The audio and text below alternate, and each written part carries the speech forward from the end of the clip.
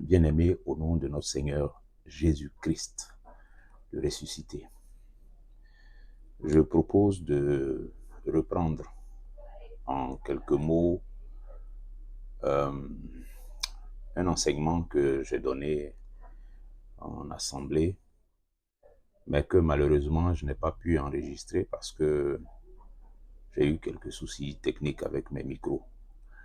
J'ai fait l'enseignement en 2 temps, mais les 2 fois, le micro s'est arrêté après 30 minutes. On va y aller, on va parler aujourd'hui de nos demeures qui ont vocation à être un sanctuaire pour l'Éternel, nos demeures. Dans ce thème, quand nous parlons de demeure, c'est vrai, il ne s'agit pas dans un premier temps du bâtiment physique, qu'est la maison que nous habitons. Il ne s'agit pas de ça dans un premier temps, parce que quand on parle de la maison, au sens où Josué le disait, « Moi et ma maison, nous servirons l'Éternel », il ne parlait pas du bâtiment dans lequel il vivait avec les siens, mais il parlait justement des siens. C'est sa femme, les enfants et tous ceux qui habitaient avec eux qu'il appelait sa maison. Donc, moi et ma maison, nous servirons l'Éternel. Ça veut dire moi et les miens, moi et les enfants que Dieu m'a donnés, moi et la femme que Dieu m'a donnée. Voilà, nous servirons l'Éternel. Donc, c'est dans ce sens-là que nous devons comprendre dans un premier temps le terme demeure. Donc, que ma demeure soit un sanctuaire pour l'Éternel. Ma demeure a vocation à être un sanctuaire pour l'Éternel. Ma maison a vocation à être un sanctuaire pour l'Éternel. Oui, donc, quand je dis ma maison, c'est comme ça qu'il faut le comprendre. Et la demeure, bien sûr, demeure. Dans demeure, il y a également l'espace. Voilà. Dans un deuxième temps. Voilà. Donc, dans un premier temps, les personnes qui occupent l'espace, et puis dans un deuxième temps, l'espace lui-même, l'espace de la maison, parce que c'est là que nous vivons, c'est là que nous avons l'occasion de commencer. On va dire c'est le lieu de départ, d'origine de notre foi, de la pratique de notre foi. Voilà.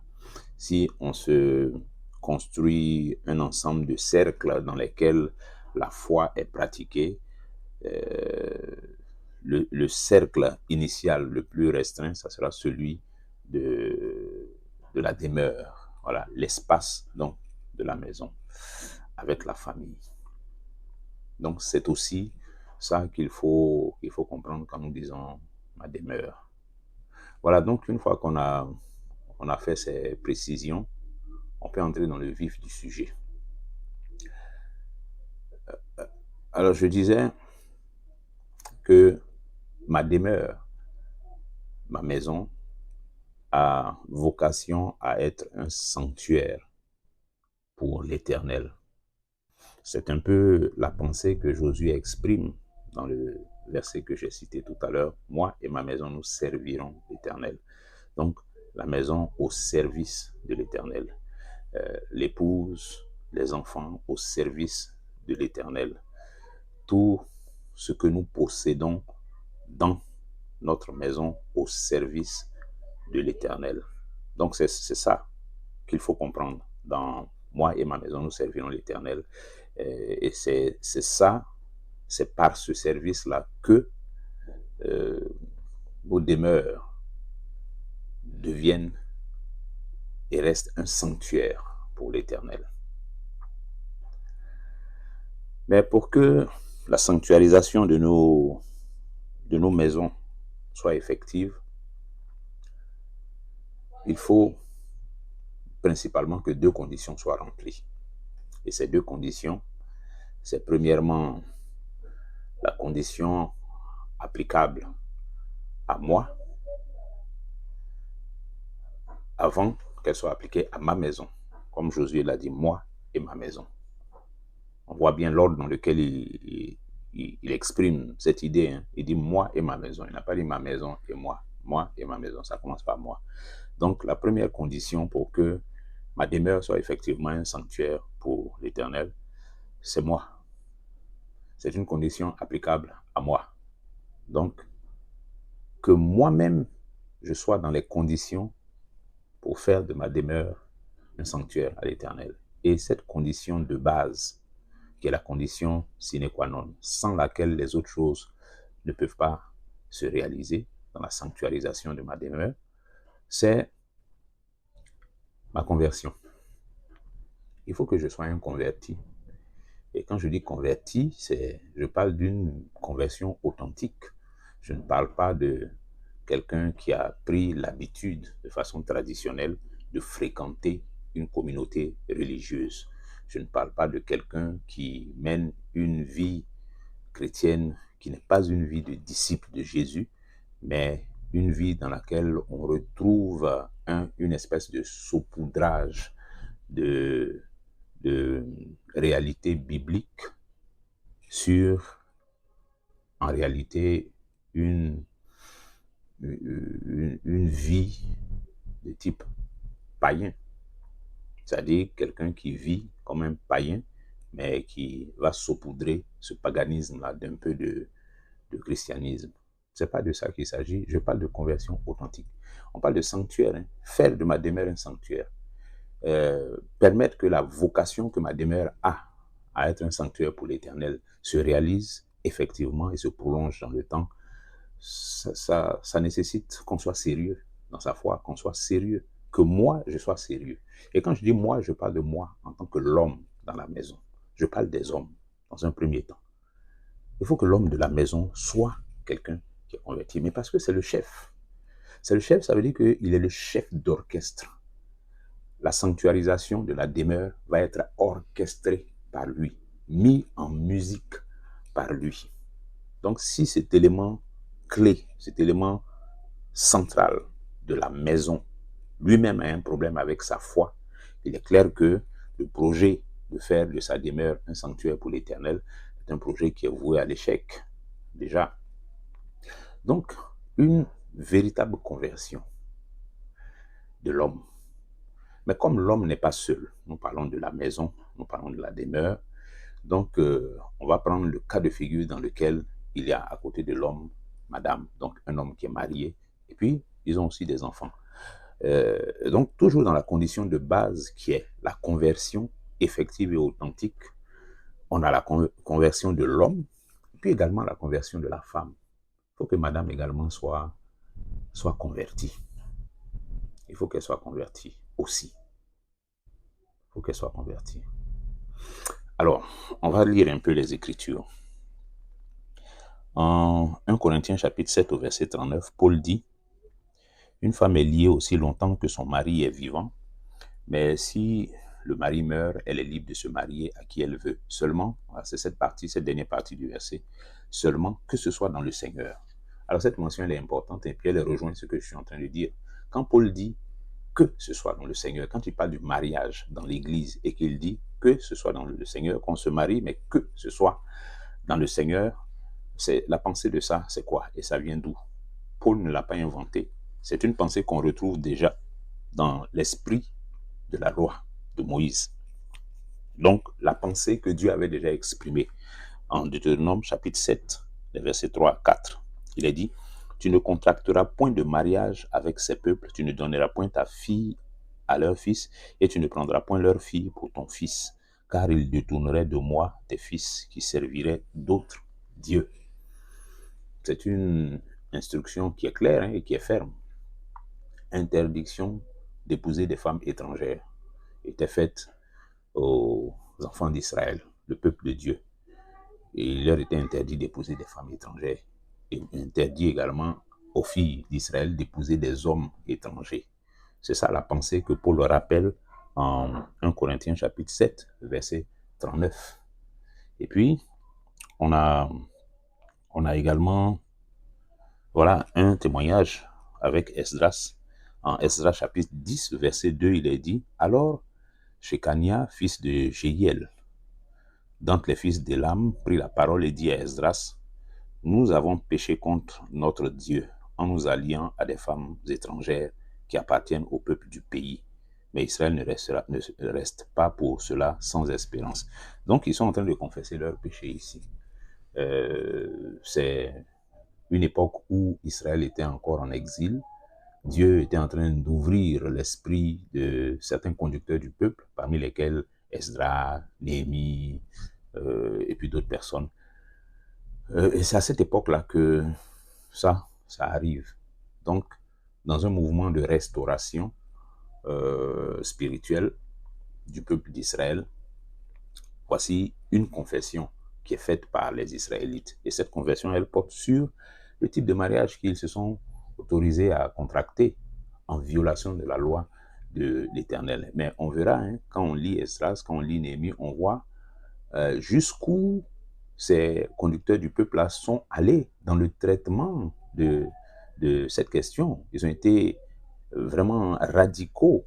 Ils ont exigé que ceux qui avaient pris des femmes étrangères puissent se séparer de ces femmes-là. Mais pour dire que la pensée qu'on se marie dans le Seigneur là, est une pensée qui, qui est exprimée par Dieu depuis longtemps et qui est la pensée rappelée par Paul dans son épître aux Corinthiens. Donc le principe de se marier dans le Seigneur, c'est un principe qui est biblique, c'est un principe qui est voulu par Dieu et depuis longtemps. Et l'intérêt de ce principe, quand on le ramène à notre sujet, c'est qu'il facilite et il favorise la réalisation du projet de faire de nos maisons un sanctuaire à l'Éternel. Parce que, imaginez-vous, alors comme le verset de Deutéronome se termine, vous voyez, il est dit, car, je lis ça, car il détournerait de moi tes fils qui serviraient d'autres dieux. Avoir des tiraillements dans ce en quoi on croit, ce en quoi on a mis foi. Monsieur et madame ne croient pas en la même chose. Mais c'est des tiraillements à n'en pas finir. Et ça ne peut pas favoriser la réalisation de ce projet, que nos maisons soient un sanctuaire pour l'Éternel. Et quand nous disons un sanctuaire, l'idée du sanctuaire, c'est quoi? C'est le sanctuaire, la notion de sanctuaire même, ça nous ramène un peu au lieu très saint, dans les trois compartiments, l'un des trois compartiments du tabernacle, ensuite du temple.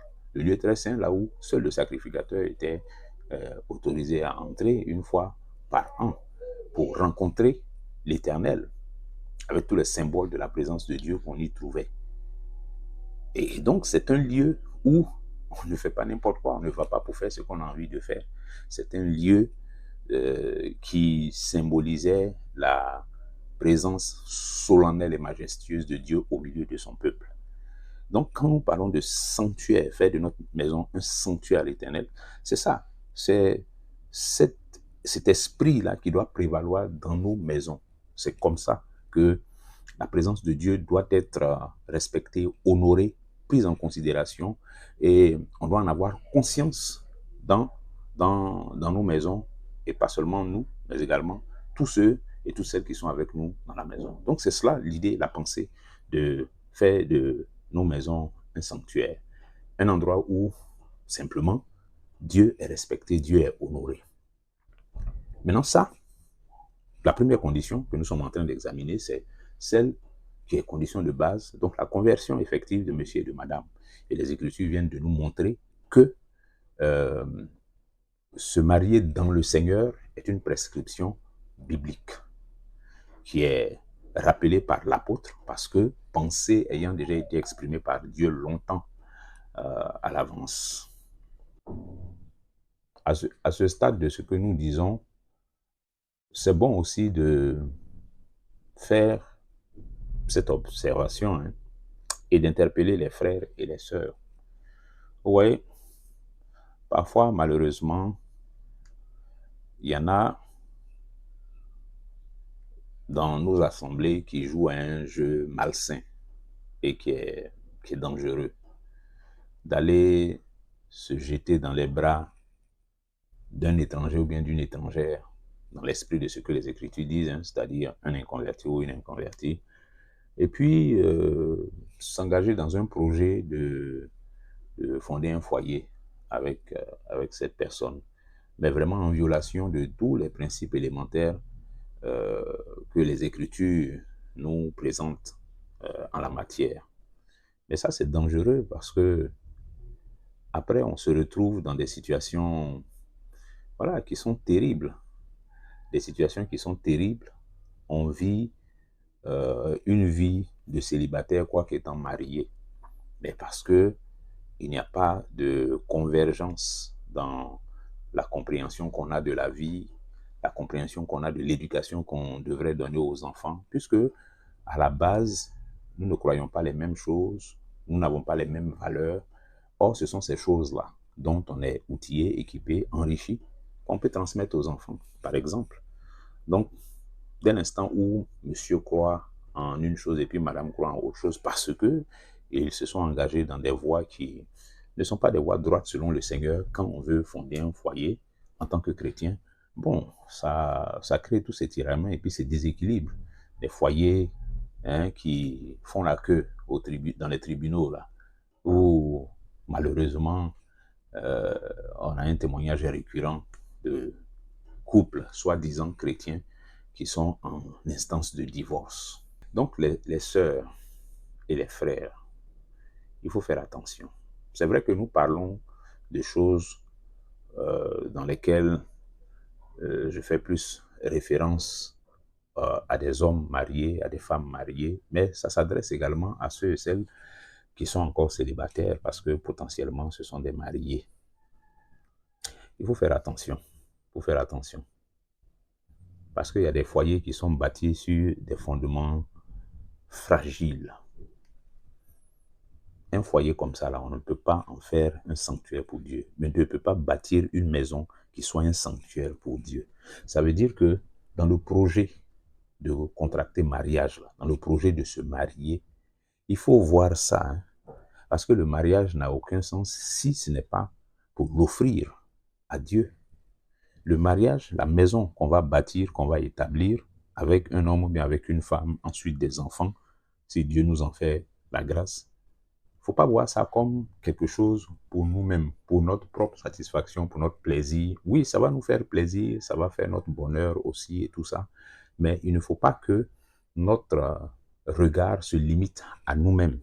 Mais il faut voir tout ça, il faut voir la maison que nous projetons de bâtir, d'établir avec un conjoint, avec une conjointe, ensuite avec des enfants, comme quelque chose qui s'inscrit dans un projet dont la finalité sera de faire de ça un sanctuaire pour Dieu, de faire de ça un espace, un cadre, une réalité qui sera à la gloire de Dieu, pour la gloire de Dieu, entièrement, et premièrement et avant toute chose, et j'ai envie de dire uniquement. C'est ça, la perception qu'il faut en avoir. Donc, à ceux et celles qui sont déjà mariés, à ceux et celles qui envisagent de se marier, c'est ça qu'il faut avoir à l'esprit. C'est ça l'idée qu'il faut se faire de la vie conjugale et de la maison qu'on veut bâtir. Une chose qu'il est également important de comprendre, c'est que oui, l'idée que l'homme et la femme soient la base, que leur conversion soit la base de la réalisation de ce projet qui est de faire de nos demeures un sanctuaire à l'Éternel, est une idée qui tire sa source même de l'origine des choses, parce que c'est toujours bon de se référer à l'origine. Vous vous souvenez que quand les scribes se sont approchés du Seigneur, les pharisiens se sont approchés du Seigneur pour lui poser, comme pour le piéger, selon eux, la question du divorce, en essayant de le mettre, lui, Jésus, en opposition avec la loi de Moïse. Vous voyez comment le Seigneur a tranché ça? Il a ramené tout le monde au commencement. Quand ils ont essayé d'argumenter, ils ont posé la question une première fois. Il a répondu. Et sa réponse voulait dire non, on ne divorce pas. Ils ont demandé à Jésus, est-il permis pour un motif quelconque de répudier sa femme? La réponse que Jésus a donnée là, ça veut dire non. Et il les a ramenés au commencement. N'avez-vous pas lu que le Créateur fit l'homme et la femme, et c'est pourquoi l'homme quittera son père et sa mère, s'attachera à sa femme, et les deux deviendront une seule chair, que personne donc ne sait pas ce que Dieu a uni. C'est la réponse qu'il leur a donnée dans un premier temps. Et comme ils ont voulu argumenter, c'est à la suite de ça qu'il leur a dit que c'est à cause de la dureté de vos cœurs là, que Moïse a écrit ce qu'il a écrit. Sinon, il n'en était pas ainsi au commencement. cette référence au commencement-là, c'est quelque chose d'important. Et ici encore, nous sommes en train de parler de famille, hein, de foyer chrétien et tout ça. Et il faut comprendre que c'est un principe qui tire sa source du commencement. Le principe que la base d'une sanctuarisation de nos maisons repose premièrement sur la conversion de monsieur et de madame, une conversion authentique. Ce principe-là, il tire sa source de l'origine, parce qu'à l'origine, le Créateur, il a fait quoi? Le Père a fait quoi? Le Père a fait l'homme, ensuite il a fait la femme. Voilà les deux que Dieu a créés. Dieu n'a pas créé des enfants pour Adam et Ève. Il n'a pas créé des cousins, des frères pour Adam et Ève. Il aurait pu le faire. Il aurait pu créer des enfants et puis dire voici vos enfants, ou bien créer des frères et dire voici vos frères. Ayez communion avec eux. Mais non, Dieu a créé seulement ces deux-là. Et ça veut dire que l'idée de la communion fraternelle, donc la communion entre deux personnes qui sont converties, deux personnes qui croient dans le même Créateur, dans le même Dieu, cette communion-là, elle a commencé par un homme et sa femme. Ça a commencé par un homme et sa femme. Ça a été la base de toute chose. Ça a commencé par un homme et sa femme. Or, les deux convertis qui doivent effectivement vivre une vie de converti authentique, que sont l'homme et la femme, c'est des gens qui sont appelés à avoir une communion entre eux, communion fraternelle. Mais et puis la communion fraternelle qu'ils vivent en tant que chrétiens, là, ça ne commence pas dans l'église, ça ne commence pas avec les frères et les sœurs de l'église. La communion fraternelle pour monsieur et madame commence par chacun. Ça veut dire que pour monsieur, la communion fraternelle, là, ça commence par madame, ça commence avec madame. Pour madame aussi, la communion fraternelle, ça commence avec monsieur. Mais c'est ça, le départ de ça. C'est ça les conséquences de la conversion des deux. La communion fraternelle pour chacun d'eux commence par l'autre. Et c'est ça qu'on a comme principe dans les églises. C'est après ça qu'on sort maintenant pour aller communier avec les autres. Donc, la conversion de monsieur et madame, là, c'est un point clé. Hein. Si la vocation de sanctuarisation de nos maisons doit s'accomplir, effectivement, eh bien, ça passe de façon indiscutable par une véritable conversion de monsieur et madame. Parce que c'est eux qui auront la responsabilité de mettre tout cela en œuvre. Donc, la deuxième condition, c'est celle-là. Il faut que tout ce que la Bible dit concernant la vie de famille en tant que chrétien, ça puisse être appliqué, que ça soit vécu effectivement dans nos maisons. Et quand on dit ça, on fait référence à ce que la Bible dit concernant les pères, les mères et puis les enfants. Quand je dis les pères, c'est les époux et pères. Ensuite, les épouses et mères. Et puis, enfin, les enfants. Et à chacun de ces niveaux, on a des instructions dans la parole de Dieu qui sont tellement claires et qui devraient être appliquées avec humilité, avec simplicité de cœur et d'esprit, pour voir le fruit justement de la transformation de nos maisons en sanctuaire pour l'Éternel. Donc, dans la condition de appliquer toute la parole de Dieu à la vie dans la famille chrétienne, on va commencer par les maris. Les maris, c'est-à-dire les hommes. On commence par les hommes. On va parler des hommes en tant que mari, ensuite en tant que père. Alors, les hommes en tant que mari, quelle obligation leur est faite par la parole de Dieu? On va lire ça dans Éphésiens, chapitre 5, verset 25, où il est dit: Marie, aimez vos femmes comme Christ a aimé l'Église et s'est livré lui-même pour elle. Marie, aimez vos femmes comme Christ a aimé l'Église et s'est livré lui-même pour elle. C'est une instruction, un commandement d'un niveau élevé. Vous voyez, dans ce que l'apôtre dit ici, ce qui est intéressant, c'est que il ne se contente pas de demander au mari, de rappeler au mari qu'ils doivent aimer leurs femmes. Ils ne se contentent pas de dire ça comme ça. Bon, mari, aimez vos femmes, point. Mari, aimez vos femmes, montrez-leur de l'amour, montrez-leur de l'affection, point. Non. Il prend soin de préciser comme Christ a aimé l'Église. Et ça, c'est un élément qui est très important parce que c'est cet élément-là qui permet de mesurer l'obéissance des maris. Comme Christ. Est-ce qu'en tant que mari, nous sommes en train d'aimer nos femmes comme Christ a aimé l'Église? C'est la seule norme qui nous a été donnée. Hein.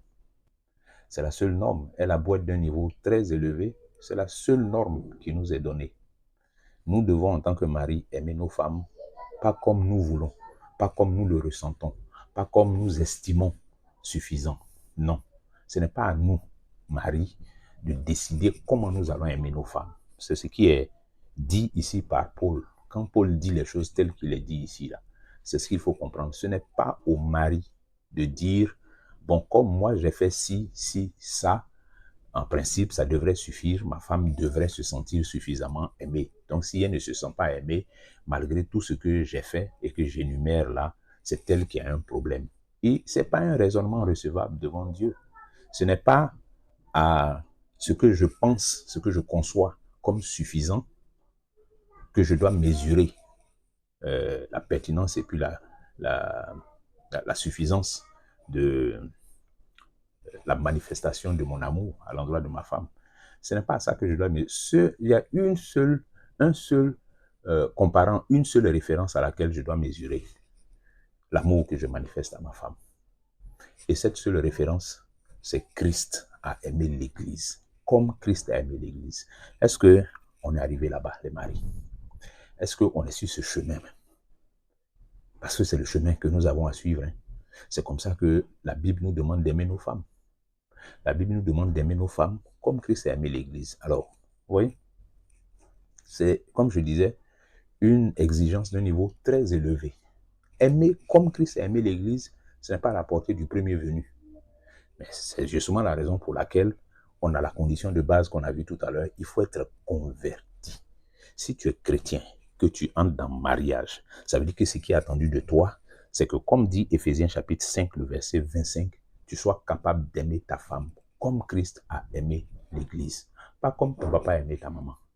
Pas comme tu vois d'autres personnes s'aimer. Non.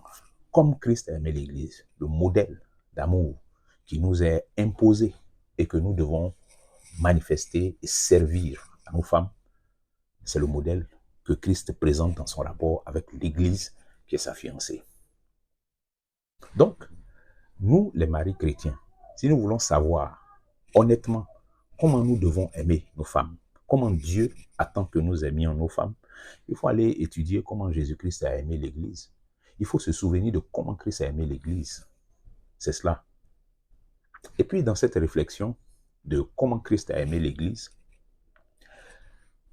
il ne faut pas regarder seulement la hauteur et la profondeur de l'amour de Christ, qui, oui, peut être effrayante, parce que c'est tellement éloigné de nous. Mais c'est justement pour ça que nous avons besoin de l'Esprit de Dieu. Hein, parce que, comme je dis, ce n'est pas la portée de n'importe qui. Un tel amour ne peut être manifesté par un mari que avec l'aide de l'Esprit de Dieu. Ce n'est pas naturel, c'est surnaturel, cet amour-là que les Écritures nous demandent en tant que mari d'avoir pour nos femmes, c'est surnaturel. C'est par l'Esprit de Dieu qu'on peut aimer sa femme comme ça. Alors donc, je disais, il ne faut pas... Oui, il faut contempler ça et s'en inspirer. C'est ce qui est dit. Mais contempler ça ne doit pas nous faire perdre de vue autre chose. Il faut regarder aussi l'Église. L'Église que Jésus aime est comment? L'Église que Jésus aime est comment? Mais malgré ça, il aime. De cet amour inaltérable. L'Église est comment? Est-ce que l'Église est une Église parfaite? Est-ce que l'Église est une Église qui est accomplie, qui est achevée? Est-ce que l'Église est une Église qui a fini son perfectionnement? Est-ce que l'Église est une épouse qui est toujours comme Christ veut? 24 heures sur 24, 7 jours sur 7. Et quand je dis l'Église, il ne faut pas voir le groupe religieux qu'on est là. Hein. Il faut te voir individuellement dans ton rapport avec Christ. Parce que c'est ça aussi l'Église, chacun de nous individuellement. Donc, nous-mêmes en tant que mari, ce que Paul dit ici, là, ça veut dire, aimez vos femmes comme Christ vous aime vous-même. La façon dont Jésus t'aime, toi Marie, là, c'est comme ça qu'il veut que tu aimes ta femme. Maintenant, toi-même, quand tu te regardes, tu vois combien tu as parfois des difficultés même à obéir à Jésus sur des choses simples qu'il te demande, qu'il nous demande, nous les maris, en tant que chrétiens. Comment on a des difficultés à obéir à Christ. Mais ce n'est pas pour autant que Jésus-Christ déchire l'acte de mariage qui nous lie à lui. Non. Nous sommes dans un chemin de perfectionnement. C'est lui qui nous perfectionne par son esprit. Donc, si on est dans un chemin de perfectionnement, ça veut dire qu'on n'a pas encore atteint la perfection. Donc, on est en train de marcher vers ce niveau de maturité-là.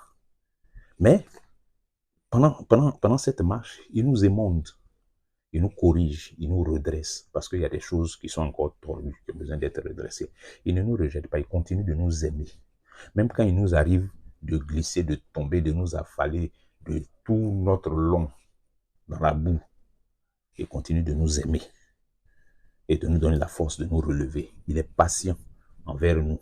Il nous donne l'occasion de toujours reprendre. C'est lui-même qui a donné le principe dans nos rapports entre nous là, de pardonner 490 fois. Bon, pour dire 7 fois, 70 fois, 7 fois, pour dire il faut toujours pardonner. Mais parce que c'est comme ça que lui-même il est miséricordieux, patient, plein de bonté pour l'Église, envers l'Église. Il prend soin de l'Église, malgré les imperfections de l'Église. Il prend soin d'elle. Christ n'a pas attendu, alors ça c'est un élément très important, le Seigneur Jésus-Christ n'a pas attendu que l'Église soit un rassemblement de gens qui sont parvenus à la perfection absolue avant de décider de l'aimer. Non, il a aimé l'Église, il nous a aimés. Il nous a aimés pendant que nous étions des clochards, des va-nu-pieds. Il nous a aimés, c'est son amour là qui a fait qu'il s'est révélé à nous. Donc, regardez l'amour que Christ manifeste à l'endroit des gens qui étaient indignes même de cet amour. Indignes de cet amour. C'est des gens qui sont indignes de cet amour-là. C'est à eux qu'il a manifesté et qu'il continue de manifester cet amour. C'est comme ça que le Seigneur Jésus-Christ veut que nous aimions nos femmes, nous les maris. Comme Christ a aimé l'Église, là, c'est ça là qui est dedans. Et puis, c'est un amour inconditionnel.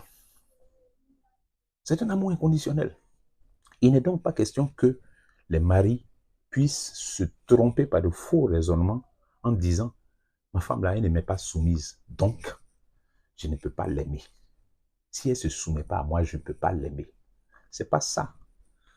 Ça n'a pas été ça la démarche de Jésus. Ça n'a pas été ça. Jésus-Christ nous a aimés au moment où on est en train de l'insulter par notre mauvaise manière de vivre. Et il est mort pour nous. Comme Christ a aimé l'Église et s'est livré lui-même pour elle. Il est mort pour nous. Au moment où on est en train d'insulter. Regardez sur la croix. Pendant qu'il était sur la croix. Tous ceux qui ont participé à enfoncer des clous dans ses paumes, là, dans ses mains, là, c'est pour eux aussi qu'il mourait. C'est pour eux qu'il a intercédé dans son dernier souffle. Pardonne-leur car ils ne savent pas ce qu'ils font. C'est pour eux aussi. Ceux qui se moquaient de lui, là, c'est pour eux aussi qu'il mourait à la croix. Oui. C'est comme ça que les Écritures demandent que les maris que nous sommes, nous puissions aimer aussi nos femmes. Ce n'est pas facile. Humainement, là, ce n'est pas possible. Un homme naturel là, ne peut pas manifester un tel amour. C'est par l'Esprit de Dieu qu'on peut aimer femme de cette manière-là. Par l'Esprit de Dieu. Il faut avoir l'Esprit de Dieu. Et il faut avoir une connaissance des voies de Dieu pour pouvoir marcher de cette façon-là avec sa femme, pour pouvoir aimer sa femme comme ça, obéir à ce commandement de Christ qui est fait aux maris, d'aimer leur femme de cet amour immense, de cet amour incommensurable. C'est là que Jésus nous attend. Et comme c'est lui qui est le dépositaire de cet amour-là, il faut faire camarade avec lui pour qu'il nous montre comment on fait pour aimer sa femme de cette manière-là. Il faut avoir une intimité avec lui pour qu'il nous conduise sur le chemin d'un tel amour surnaturel pour nos femmes. Donc pour nous, les maris chrétiens, le type d'amour que le Seigneur attend de nous, ce n'est pas un amour naturel, un amour ordinaire qui ressemble à l'amour qu'on voit dans d'autres couples, dans d'autres. Non, c'est un amour d'un niveau beaucoup plus élevé, beaucoup plus élevé. C'est cela. Et qui va au-delà, j'allais dire, du folklore, pardonnez-moi l'expression, qui va au-delà des démonstrations folkloriques. On va aller se promener un peu à Cap-Sud, on va aller faire ci, on va s'exhiber ici, s'exhiber là. Ce n'est pas suffisant. Hein. Ce n'est pas suffisant. Même si ça peut apporter quelques petits plaisirs de temps en temps, ce n'est pas suffisant. Ce n'est pas suffisant. Ce que Jésus nous demande là, c'est plus que ça. C'est plus profond que ça. Plus profond que ça. Parce que la finalité d'un tel amour, d'un mari chrétien à l'endroit de sa femme, c'est la même finalité que ce que Christ, l'amour de Christ pour l'Église, accomplit aussi en faveur de l'Église. C'est la même finalité. Ce n'est pas le salut de la femme, bien sûr, ce n'est pas de ça que je veux parler quand je dis finalité, mais c'est un amour qui devrait avoir pour effet d'accompagner la femme dans son perfectionnement, dans son élévation devant Dieu. C'est un amour, le mari là, son amour là doit accompagner sa femme dans une telle démarche spirituelle. Regardez un peu, comme il dit, Éphésiens 5, 25. Marie, aimez vos femmes comme Christ a aimé l'Église et s'est livré lui-même pour elle. Verset 26. Pourquoi Christ s'est livré pour l'Église? Afin de la sanctifier par la parole, après l'avoir purifiée par le baptême d'eau, afin de faire paraître devant lui cette Église glorieuse, sans tache, ni ride, ni rien de semblable, mais sainte et irrépréhensible. Et il ajoute au verset 28, c'est ainsi que les maris doivent aimer leurs femmes comme leur propre corps. C'est ainsi. C'est ainsi que les maris doivent aimer leurs femmes. Donc les maris doivent aimer leurs femmes de façon à s'investir spirituellement à leur côté pour les accompagner dans ce cheminement de perfectionnement et d'élévation de leur esprit devant Dieu. Mais c'est ça, bien-aimés. C'est ça, la mission des maris auprès de leurs femmes, les maris chrétiens. Ça veut dire qu'honnêtement, chacun doit faire le point et puis juger par lui-même, au regard des Écritures, au regard des actes qu'on pose, de la façon dont nos foyers, nos rapports avec nos femmes se passent, chacun devrait pouvoir honnêtement faire le point et puis se mesurer à ce que les Écritures prescrivent. Est-ce que je suis en train d'aimer ma femme de cette manière? Est-ce que l'amour que je manifeste pour ma femme est un amour qui l'aide spirituellement, qui l'aide à se perfectionner, à devenir une femme de plus en plus pieuse, une femme dont la crainte de l'Éternel est de plus en plus accentuée, prononcée. Est-ce que l'amour que j'ai pour ma femme, c'est comme ça que ça lui fait, ou bien c'est le contraire que ça crée? C'est des frustrations que ça envoie, c'est des fardeaux inutiles que ça met encore dans son cœur, qui l'empêche de se concentrer sur les choses de Dieu, de se concentrer sur comment marcher et plaire à Dieu, comment devenir un disciple de Jésus qui fasse la joie de son maître. Est-ce que c'est ça les effets de notre soi-disant amour pour nos femmes, nous en tant que mari chrétien? Des questions importantes qu'il faut se poser. Des questions très importantes qu'il faut se poser. Je disais que cet amour-là, il est inconditionnel. Il n'est pas question pour des maris chrétiens de demander ou d'attendre que leur femme leur soit soumise ou bien qu'elle soit dans certaines attitudes qui leur plaisent avant de leur manifester cet amour. C'est un commandement du Seigneur, ce n'est pas un commandement conditionné. Il n'est pas dit que les maris aiment leur femme comme Christ a aimé l'Église si leurs femmes leur sont soumises ou bien si leurs femmes les respectent. Ce n'est pas ça. Ce n'est pas ça. C'est pas ça.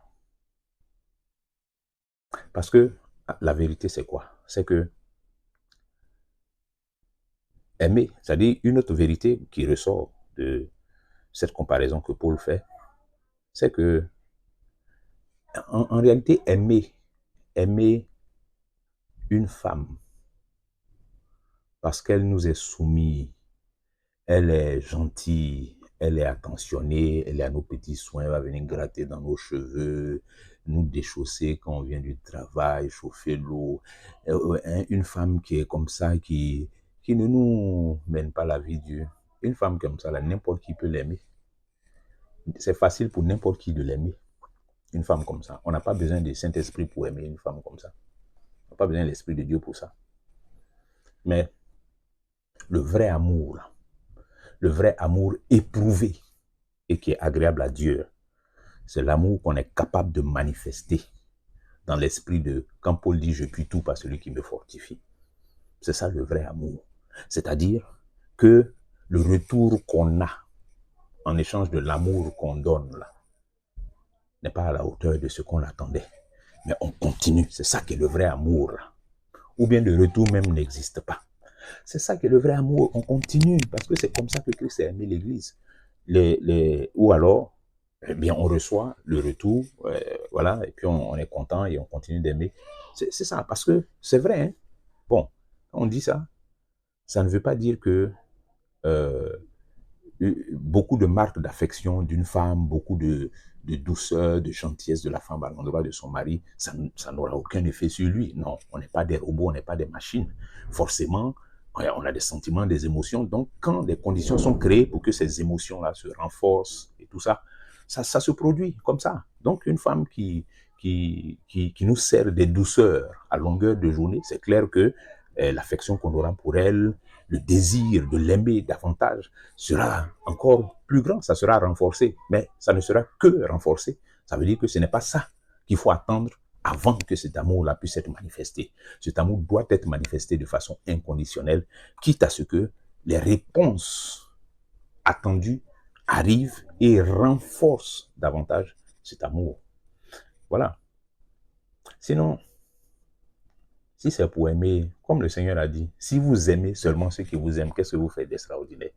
Si, en tant que mari chrétien, vous êtes brûlant d'amour, hein, vous êtes excité d'amour pour votre femme parce que la femme là, elle est bien, vous êtes soumise, que faites-vous d'extraordinaire? Les païens connaissent ça aussi.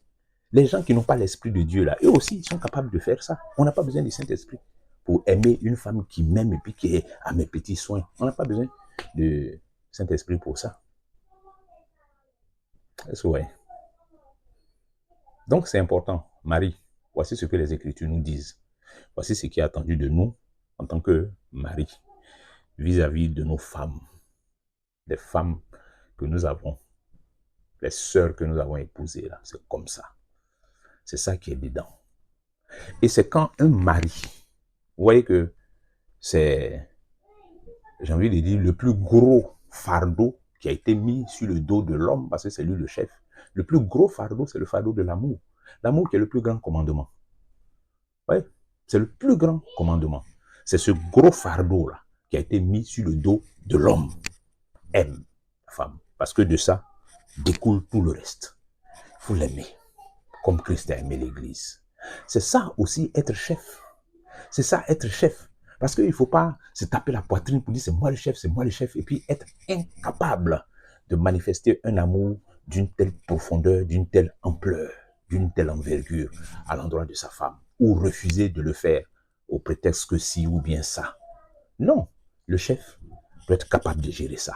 Le capitaine sur le bateau, le commandant sur le bateau, le commandant à bord, là, il doit être capable de gérer ça. Ce qui lui est demandé, sa feuille de route, c'est d'aimer sa femme de cette manière. Voilà la direction dans laquelle il doit aller, dans son amour pour sa femme.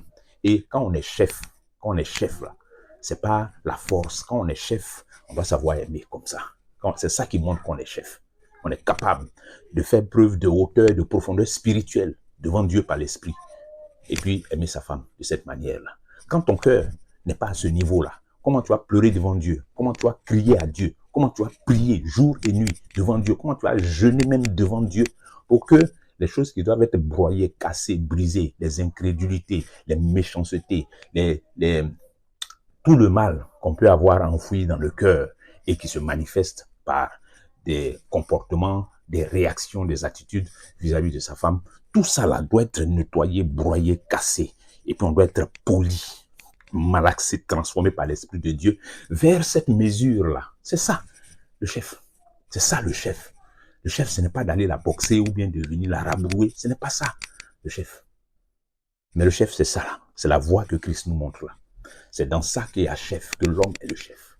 Et c'est dans ça, c'est dans la capacité de l'homme à gérer ce gros fardeau de aimer d'une manière inconditionnelle sa femme en tant que mari, que réside la qualité de chef, la manifestation de la qualité de chef, selon le Seigneur. Vous voyez déjà la qualité de mari, les exigences qui sont faites par les Écritures aux maris vis-à-vis de leur femme, ça fait partie des choses essentielles qui doivent s'accomplir pour que nos maisons soient un sanctuaire à l'Éternel.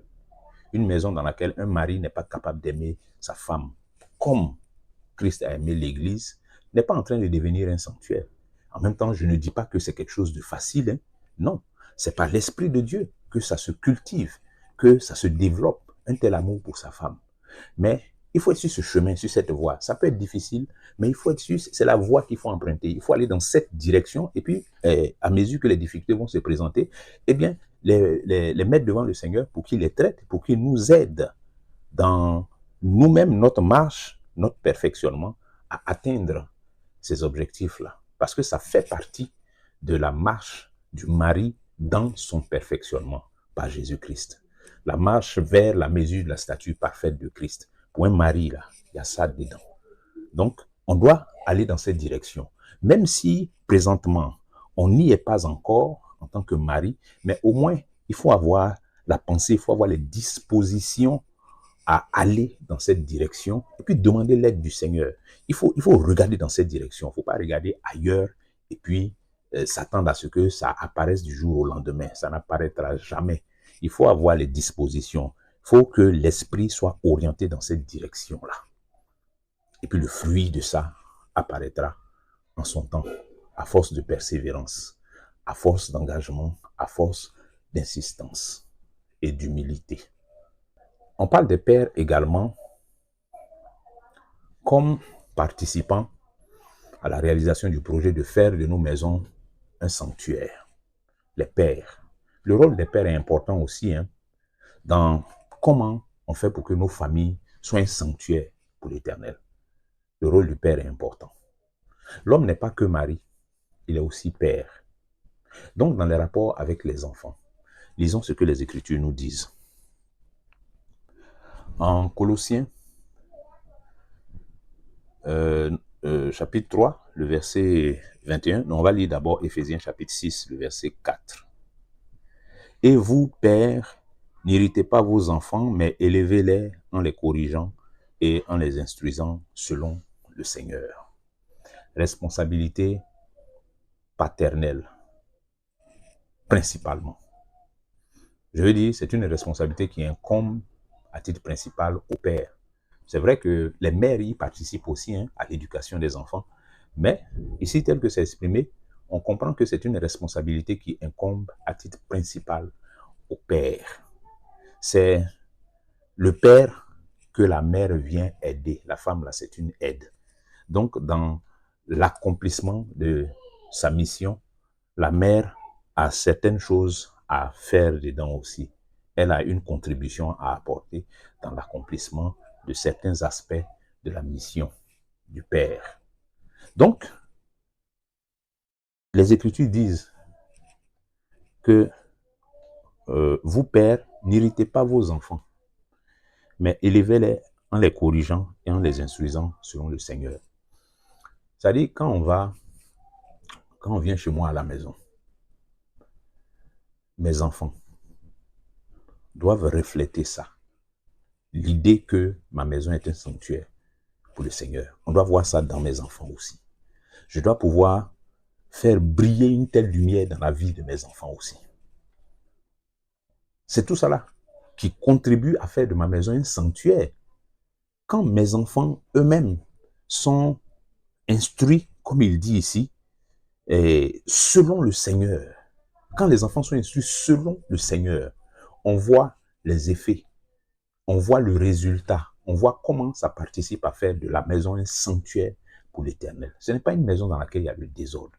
Ce n'est pas une maison dans laquelle les enfants font la loi. Ils font ce qu'ils veulent. Ce n'est pas une maison dans laquelle il y a du laisser-aller. Et puis chacun en fait à sa tête.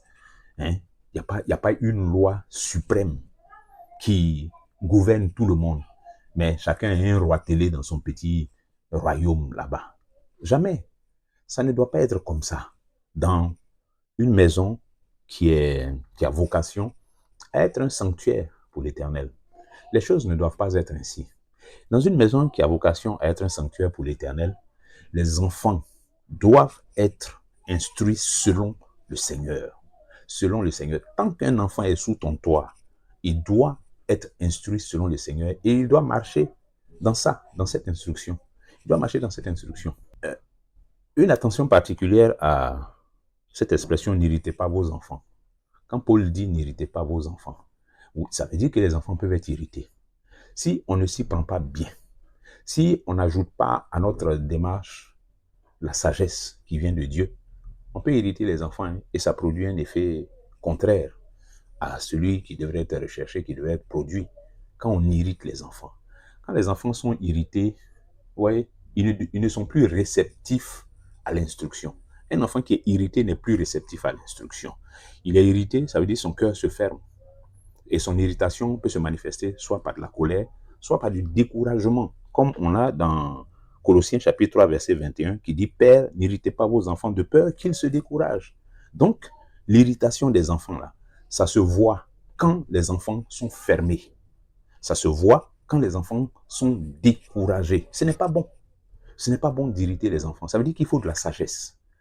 Et une fois encore, la figure du père qui est un père qui est toujours les crocs dehors, les griffes, prêt à jaillir sur les enfants à la moindre erreur, à la moindre... c'est pas constructif. C'est pas ça qu'on appelle autorité. C'est pas ça. Quand on est un père là, c'est pas ça. C'est pas quelqu'un qui se lève le matin. Dès qu'il se lève, tout le monde sait qu'il est réveillé parce qu'il va hurler dans la maison. Même les choses les plus simplement, il va les dire avec brutalité, avec la force, Non, on n'a pas besoin de ça. Il faut qu'on se souvienne qu'on est des chrétiens. Et que la douceur, là, ça fait partie du fruit de l'esprit. La douceur, c'est pas pour les femmes seulement, c'est pas réservé aux femmes. C'est pour nous tous. Ça fait partie du fruit de l'esprit. C'est le fruit que l'esprit produit dans la vie de tous ceux qui sont convertis. La douceur. Donc les pères, là, on doit être doux aussi. On doit être doux. On doit être doux. On ne doit pas être des pères inaccessibles aux enfants. Hein? Les pères, dès qu'ils arrivent à la maison, les enfants fuient. Ils étaient en train de regarder la télévision, tout le monde fuit. Chacun se cherche. Parce que papa est arrivé. Non. Quand papa arrive à la maison, là, au contraire, sa présence doit attirer. Quand papa arrive à la maison, vous voyez la façon dont les petits bébés se comportent là.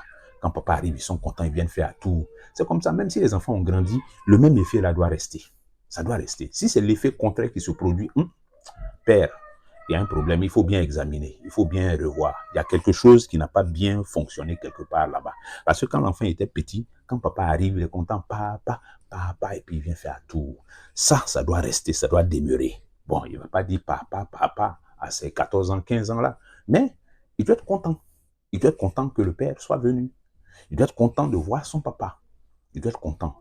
Mais pour que l'enfant puisse ressentir comme ça la présence de son père, mais ça se construit.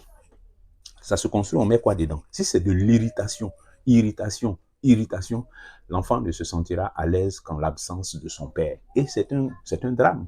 C'est catastrophique parce que si c'est comme ça que l'enfant réagit à la présence de son père, mais c'est quelle instruction il peut recevoir d'un tel père? Quelle instruction est-ce qu'il peut recevoir? Alors quand je le dis, ce n'est pas que on est des mauvais pères quand on n'est pas rigoureux. Non, il faut être rigoureux. Ça même, c'est important. Les Écritures disent que la folie attachée au cœur de l'enfant et la verge de la correction l'éloignera de lui. Donc, avoir de la rigueur, c'est indispensable même. On ne peut pas tomber dans l'autre travers qui est d'être un père indolent, permissif, qui, voilà, laisse faire. Il y a un laisser-aller total dans la maison. Ce n'est pas bon. Ce n'est pas bon. Il y a des choses qui doivent être redressées. Les pères doivent redresser. Les pères ne doivent pas garder le silence devant les égarements des enfants. Les enfants s'égarent généralement par ignorance ou par manque de vigilance. Les pères qui ont vécu un certain nombre d'années sont censés avoir accumulé une certaine expérience qu'ils mettent au service de leurs enfants en leur inculquant les valeurs, les bonnes valeurs, les valeurs justes, les valeurs qu'eux-mêmes ont reçues de la parole de Dieu, parce qu'on parle des pères chrétiens. les valeurs que les pères eux-mêmes ont reçues. Et quand je dis que les pères eux-mêmes ont reçu, on peut être un père qui n'a pas eu un père converti. Mais dès l'instant où on a été converti, Dieu, notre Père, nous a inculqué ses valeurs. Il nous a inculqué ses valeurs. C'est la raison pour laquelle, vous voyez, en tant que père, on a une responsabilité qui est énorme devant nos enfants. Et c'est pour cette raison-là qu'on doit nous-mêmes chercher à connaître les Écritures, à être enrichis. Parce que c'est des choses qu'on doit transmettre aux enfants. Si en tant que père chrétien, on n'est pas capable de transmettre ces valeurs-là aux enfants, mais là, c'est une démission. C'est une démission et c'est inadmissible devant Dieu. Parce que le principe de la transmission de ces valeurs-là, des valeurs que nous recevons de Dieu, de père à enfant, la transmission de père à enfant, c'est un principe qui existe depuis longtemps dans les Écritures. C'est un principe qui existe depuis longtemps. Parce que quand on lit les écrits anciens, on voit que parfois l'Éternel demande à Israël de construire un monument quelque part là, et il ajoute la mention afin que quand vos enfants vous demanderont pourquoi est-ce que, ou bien qu'est-ce qui s'est passé ici, vous puissiez leur expliquer que voici ce que l'Éternel a fait pour nous, voici comment l'Éternel nous a délivrés, voici comment l'Éternel nous a prescrit telle chose à faire. Donc la transmission des valeurs qu'on reçoit du Père éternel à nos enfants, en tant que père, à notre tour, mais c'est un devoir auquel aucun père ne devrait déroger. C'est un devoir que tous les pères que nous sommes, si effectivement nos maisons sont sur la voie d'être un sanctuaire pour l'Éternel, eh bien, ça veut dire que nous devons être des pères qui ont en souci la transmission de ces valeurs éternelles à leurs enfants. C'est ça. Instruisez vos enfants selon le Seigneur. Vous voyez, malheureusement, on a parfois plus de zèle et on sent plus de responsabilité dans la période de la rentrée, par exemple, en tant que père. Ah oui, c'est mon rôle de père. Il faut que j'assure la scolarité de mes enfants. Il faut que je prenne ça en charge. Il faut donc que je paye, que j'achète les fournitures scolaires, que je paye la scolarité pour ceux qui sont au privé. Il faut que j'assure également le transport. Si l'enfant doit emprunter un véhicule pour aller à l'école et revenir, il faut que je pense aussi à la cantine ou bien à lui donner quelque chose. Donc, toutes ces responsabilités. Puis, pendant l'année scolaire, quand l'enfant revient à la maison, qu'il soit au primaire ou bien au collège, en tout cas à un niveau où je peux faire un suivi de son travail, en tant que père, je l'appelle, on parle un peu de ce qui se passe à l'école, je vois ses cahiers, on fait quelques exercices ensemble, ou bien je prends un répétiteur que je vais payer, je suis le répétiteur. Mais on se donne tout ce mal-là pour assurer l'instruction de nos enfants, l'instruction qu'ils reçoivent de l'école séculière. Mais qu'en est-il de l'instruction concernant la parole de Dieu? Qu'en est-il de l'instruction dont il est question ici, instruit selon le Seigneur? Qu'en est-il de ça? Qu'en est-il? Pourquoi est-ce qu'on n'a pas le même zèle, ou bien plus de zèle même, à nous préoccuper du niveau d'instruction spirituelle de nos enfants que de leur niveau d'instruction intellectuelle? Pourquoi est-ce qu'on n'accorde pas plus? Vous voyez les travers dans lesquels on se met facilement en tant que père chrétien. Et ce n'est pas droit. Devant Dieu, ce n'est pas droit. Ce n'est pas droit. Chaque fois que nous donnons la priorité, nous accordons plus d'importance à certaines choses qui ne sont pas vraiment en rapport avec le salut.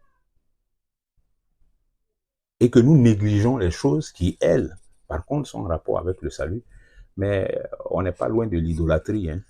On n'est pas loin d'avoir opéré un renversement des valeurs.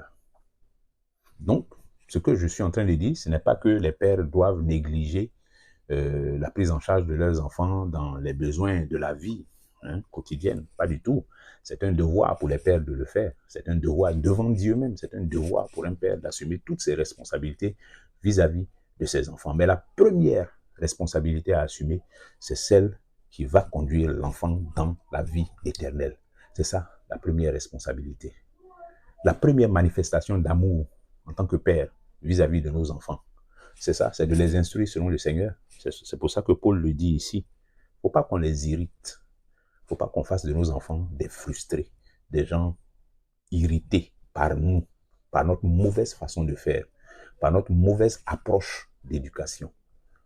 Mais que nous trouvions la sagesse par l'Esprit de Dieu, les mots appropriés, les approches qui conviennent selon l'éclairage que nous avons dans les Écritures et par l'Esprit de Dieu. Parce que tout ça, c'est spirituel.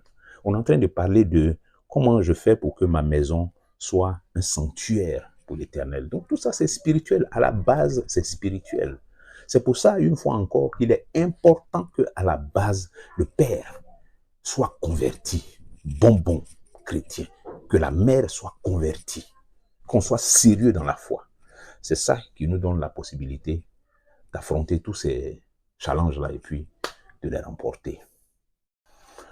Donc c'était là, en quelques mots, ce qu'on pouvait tirer de ces textes concernant les pères. Comment, en tant qu'époux, ensuite en tant que père, je peux contribuer, je dois contribuer à faire de ma maison un sanctuaire pour l'Éternel. Maintenant, voyons en ce qui concerne les femmes et les mères. Donc, les femmes en tant qu'épouses et en tant que mères. Je pense qu'on pourrait commencer même par les femmes en tant que mères parce que déjà, on a terminé avec les hommes en parlant de père, mais comme j'ai dit, les mères participent à ça, participent à cette responsabilité des pères. C'est une responsabilité qui leur est incombattable principale. Et ensuite, aux mères. Donc, les mères ont leur contribution à apporter dans l'éducation des enfants. C'est d'autant plus juste que, une fois encore, on se réfère au commencement. Dieu, dans ses plans depuis l'origine, a prévu qu'un enfant grandisse normalement entre un homme et une femme, entre un père et une mère. Contrairement aux philosophies toxiques qui prévalent aujourd'hui et dont l'objectif inavoué est de saboter, de déconstruire la norme qui a été établie par le Créateur depuis le commencement. Quand on parle de la famille, Dieu, le Créateur, a établi des principes et des normes qui sont que la famille, c'est un homme, une femme et des enfants. Même si aujourd'hui, le monde fait la promotion d'autres choses que nous autres nous appelons des abominations, il n'en demeure pas moins que l'Église a la responsabilité de garder ce flambeau-là allumé. Oui, parce que avec tous ces mouvements féministes qu'on voit un peu partout, toutes ces agitations, toutes ces nouvelles thématiques de société qui remettent en cause des fondements qui ont existé depuis des lustres. Mais ce n'est pas des choses à regarder simplement du point de vue sociologique ou philosophique ou culturel. C'est avant tout spirituel. Ce débat-là, il est avant tout spirituel. C'est pourquoi, quand les gens limitent leur examen et leur analyse de ces questions au niveau intellectuel, bon, je trouve que c'est un examen qui est insuffisant. C'est un examen qui est insuffisant. Même quand les conclusions de cet examen-là vont dans la même direction que la pensée de Dieu à l'origine, je trouve quand même que c'est un examen qui est insuffisant si on n'y ajoute pas la dimension spirituelle. Bon. Mais ce qu'il y a d'intéressant là-dedans, c'est que c'est l'opacité des ténèbres qui participe aussi à renforcer l'éclat de la lumière. C'est-à-dire, plus il y a des ténèbres, plus la lumière est éclatante. Donc, la lumière que nous sommes là, lumière du monde, ça veut dire, dans un monde de plus en plus ténébreux, un monde qui va s'enfoncer de plus en plus dans les ténèbres, eu égard à ces principes, j'allais dire, élémentaires de la vie des hommes, l'Église a pour mandat et pour responsabilité de garder son éclat, de rester intransigeante sur certains principes et certaines valeurs. Rester intransigeante. Pas pour son propre plaisir, mais parce que c'est la loi de l'Éternel en qui nous croyons. C'est la parole de Dieu, ce sont des principes qui sont établis par Dieu. Et c'est bon que les choses soient comme ça. Parce que si on commence à déplacer certaines bornes, à ce moment, tout devient possible. Tout devient possible. Moi, avec les débats qui ont cours, les raisonnements philosophiques qui ont cours présentement, demain, si un groupe de penseurs se lève et puis dit, bon, comme on a évolué sur cette question-là, maintenant on va aller un peu plus loin aussi, dans la question de la liberté, toujours. Au nom de quoi est-ce qu'on m'empêcherait, par exemple, de contracter mariage avec mon animal de compagnie? Je ne sais même pas si ça n'existe pas déjà, hein, ces saletés-là. Ou alors, de contracter mariage avec, je ne sais pas, une proche parente, ou bien ma fille même. Moi, en tant que père, pourquoi on va m'interdire d'épouser ma fille? En vertu de quoi? En vertu de quoi? Ça reposerait sur quoi? La morale, elle est relative. La morale, elle est sociologique. C'est une création des hommes, etc. Donc, voilà. Et je dis, ça serait logique. Au nom de quoi, en vertu de quoi on interdirait, par exemple, à quelqu'un d'épouser ses propres enfants? Au nom de quoi? Qu'est-ce qui fait que l'inceste serait quelque chose d'interdit? Pourquoi? Mais dès l'instant où on a relativisé la morale et qu'on estime qu'il n'y a pas de vérité absolue et que chacun se crée sa vérité selon l'état d'esprit du moment, il ne faut pas être étonné qu'on arrive bientôt à ces travers de plus en plus voilà, affreux, effroyables. Mais bon, les hommes peuvent se laisser aller dans toutes sortes de frénésies diaboliques. Hein. Ça, ce n'est pas nouveau. Le monde est sous le pouvoir de cet esprit séducteur, là, le diable. Voilà. C'est comme ça que le monde est, c'est comme ça qu'il fonctionne. Mais nous qui sommes avertis de ces choses-là, il y en a qui en sont avertis aussi, mais qui sont en train de promouvoir l'agenda de leur maître. Voilà. Et nous, de notre côté, il nous appartient de rester sur les valeurs auxquelles nous croyons, parce que ce sont des valeurs que nous tenons de notre Père et que nous avons également à transmettre à nos enfants pour les perpétuer.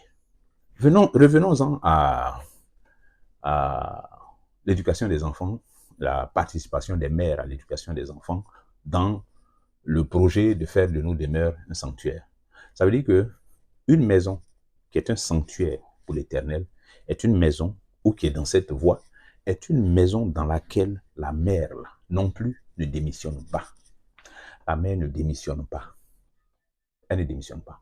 Parce que, alors je disais que tout ça, ça nous ramène au commencement, puisque Dieu ayant, dès le départ, posé les bases qu'un enfant grandisse entre son père et sa mère, et que c'est ça la norme, c'est ça qui est normal. Il peut y avoir des situations qui créent une exception, mais ce qui est normal, c'est ça là.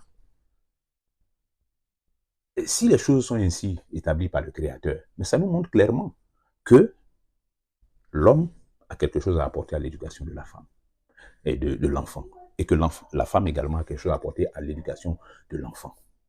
À un certain niveau, on peut estimer qu'il y a des choses qui peuvent venir de façon indiscriminée de l'homme ou de la femme. Et par contre, il y a certainement des choses qui peuvent être transmises à l'enfant seulement par l'homme et que la femme ne peut pas lui transmettre. Et des choses également qui peuvent être transmises par la femme seule et que l'homme ne peut pas transmettre. Mais c'est la raison pour laquelle les deux, leur présence est nécessaire, leur participation à l'éducation des enfants est nécessaire pour que les enfants grandissent justement dans des conditions équilibrées, spirituellement, moralement, psychologiquement et tout cela. Donc oui, les mères, vous avez un rôle très important à jouer. Vous avez des valeurs aussi à transmettre. Dans la transmission de ces valeurs, il y a toujours quelque chose qui est censé avoir été reçu par celui qui va transmettre.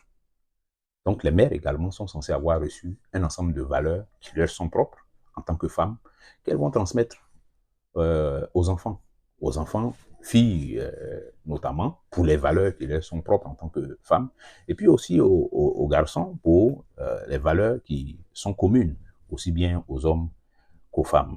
Mais toujours est-il que les mères, vous avez un rôle important à jouer. Regardez, pensez-vous que c'est en vain que le Créateur ait permis que l'enfant grandisse dans le sein maternel et puis qu'après la naissance, c'est fini, la mère n'a plus grand-chose à faire. Non, quelqu'un qui s'est développé dans sa chair, quelqu'un dont la venue au monde a fait couler son sang, et puis il est né maintenant et elle n'a plus rien à apporter.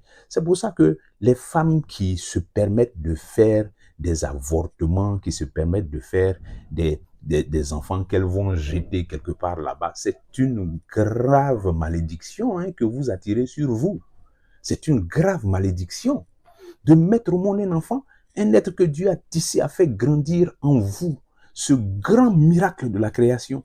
Et puis vous méprisez ça, vous banalisez ça, vous allez tuer ça par avortement, ou bien vous allez accoucher et puis vous allez jeter l'enfant quelque part, l'abandonner quelque part. Même si l'enfant n'est pas mort, c'est une grave malédiction que vous vous attirez. Même si quelqu'un l'a recueilli et que l'enfant a vécu, c'est une grave malédiction que vous vous attirez parce que vous aurez piétiné une grâce énorme que Dieu vous aura faite et que vous aurez démissionné d'une responsabilité qui est vitale, une responsabilité dont vous n'avez pas le droit de vous défaire, de vous décharger comme ça. On peut demander de l'aide, mais on ne démissionne pas. On peut demander de l'aide, du secours, mais on ne démissionne pas. Parce que c'est ta mission, c'est ton rôle en tant que mère d'assumer ça. Donc, les mères, vous avez des choses à apporter aux enfants. Vous avez un rôle très important à jouer. Regardez dans le schéma social, selon Dieu, le père est le pourvoyeur. Ok? Le père est le pourvoyeur. Je le dis comme ça, pourquoi? Parce que il y a une expression dans la Bible qu'on retrouve et qui dit que Dieu est le défenseur de la veuve et de l'orphelin. Cette expression-là, elle dit beaucoup de choses sur ça, sur ce que je suis en train de développer là. Pourquoi Dieu est appelé le défenseur de la veuve et de l'orphelin? Ou alors, quelles sont les conséquences de cette appellation? Mais à quel moment une femme devient veuve? Quand son mari n'est plus là. À quel moment un enfant devient orphelin? Dans ce sens-là, quand le père n'est plus là. Et c'est la disparition du père qui fait que Dieu devient le défenseur de la veuve et de l'orphelin. Ça veut dire que quand le père est là, pour ainsi dire, Dieu n'est pas le défenseur de la veuve et de l'orphelin, parce qu'il a donné mandat à quelqu'un de jouer ce rôle-là, qui est le père. Vous voyez. Mais une fois que le père n'est plus là, eh bien, Dieu reprend ses prérogatives auprès de la veuve et auprès de l'orphelin. C'est donc important que les parents comprennent leur rôle, les parents chrétiens là. J'ai dit de façon générale parce que ce sont des principes qui sont universels même. Il faut comprendre l'importance du rôle des parents dans l'éducation des enfants. Lisons un peu ce que les Écritures disent. Tite, chapitre 2, les versets 3 à 5. Dit que les femmes âgées doivent aussi avoir l'extérieur qui convient à la sainteté, ni être médisantes, ni à donner au vin, qu'elles doivent donner de bonnes instructions dans le but d'apprendre aux jeunes femmes à aimer leur mari et leurs enfants, à être retenues, chastes, occupées aux soins domestiques, bonnes, soumises à leur mari, afin que la parole de Dieu ne soit pas blasphémée. Vous voyez ce qui est dit ici? C'est que les mères ont pour mission de préparer leurs filles à être de bonnes mères aussi et de bonnes épouses. C'est important.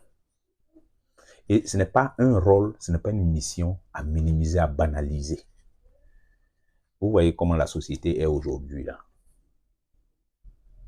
Les hommes qui apparaissent, les hommes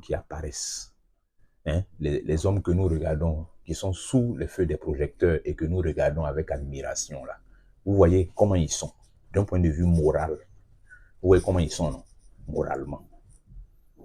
Bon, nous tous on voit, donc c'est pas moi qui ai sorti ça de ma bouche. D'un point de vue moral, vous voyez comment ils sont. Vous voyez les valeurs ou les anti-valeurs qui sont transformées en valeurs dans nos sociétés aujourd'hui. Vous voyez ça, non? Vous voyez les générations qui suivent les plaies de la société que nous tous, on dénonce. Nous tous, on regarde, on voit ça. Mais toutes ces choses-là, ce n'est pas une génération spontanée. Ce ne sont pas des choses qui sont apparues du jour au lendemain. C'est un processus. C'est l'aboutissement de plusieurs années de démission. Et au nombre des démissions, là, il y a démission des mères dedans. Des mères n'ont pas fait ce qu'elles auraient dû faire pour que leurs filles ne deviennent pas comme ça. C'est vrai, des pères aussi ont démissionné. Ils n'ont pas fait ce qu'ils auraient dû faire pour éviter que leurs enfants, étant devenus adultes, ne se comportent de cette manière dans les responsabilités qui leur sont confiées à tous les niveaux de l'administration et tout ça. C'est des démissions qui ont produit ces choses-là. C'est parce que des valeurs n'ont pas été transmises ou n'ont pas été suffisamment transmises à ces gens-là quand ils étaient des enfants, qu'ils ont grandi avec ça, qu'ils se sont laissés infecter, peut-être en cours de route, mais parce qu'ils n'étaient pas suffisamment outillés. Et c'est ça. C'est de ça que nous sommes en train de parler. Quand nous parlons de l'éducation à laquelle les mères doivent participer, il y a ça aussi dedans. Il y a ça. Donc, quand on dit que les mères doivent préparer leurs filles à être de bonnes épouses, c'est tout ça aussi. À être elles aussi de bonnes mères, c'est tout ça aussi. C'est un travail en chaîne.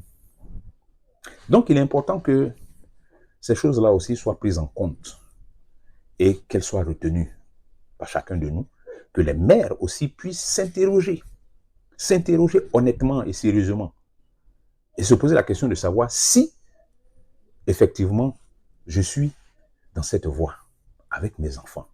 Est-ce que je suis effectivement en train de faire les choses comme les Écritures disent là, comme façon on est en train de parler là? Est-ce que c'est comme ça que je suis en train de faire en tant que mère? Puissent toutes ces paroles-là éveiller l'esprit de quelques mères et puis les amener à redresser leur voix,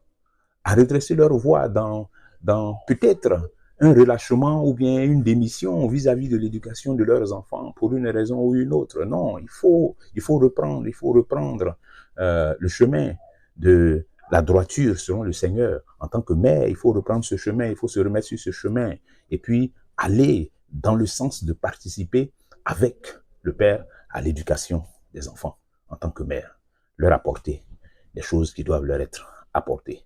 Mais une fois encore, autant, je l'ai dit pour les pères, on ne peut transmettre que ce qu'on a reçu. On ne peut partager avec les enfants que ce qu'on a, ce dont on est enrichi.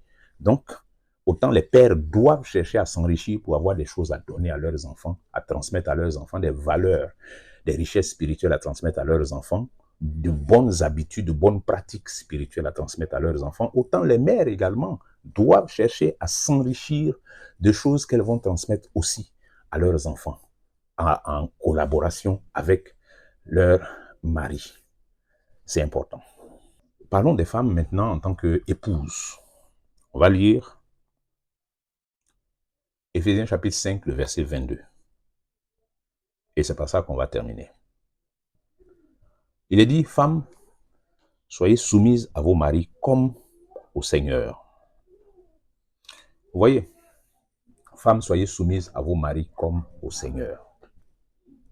Ici aussi, c'est le même principe qu'on a eu avec les hommes.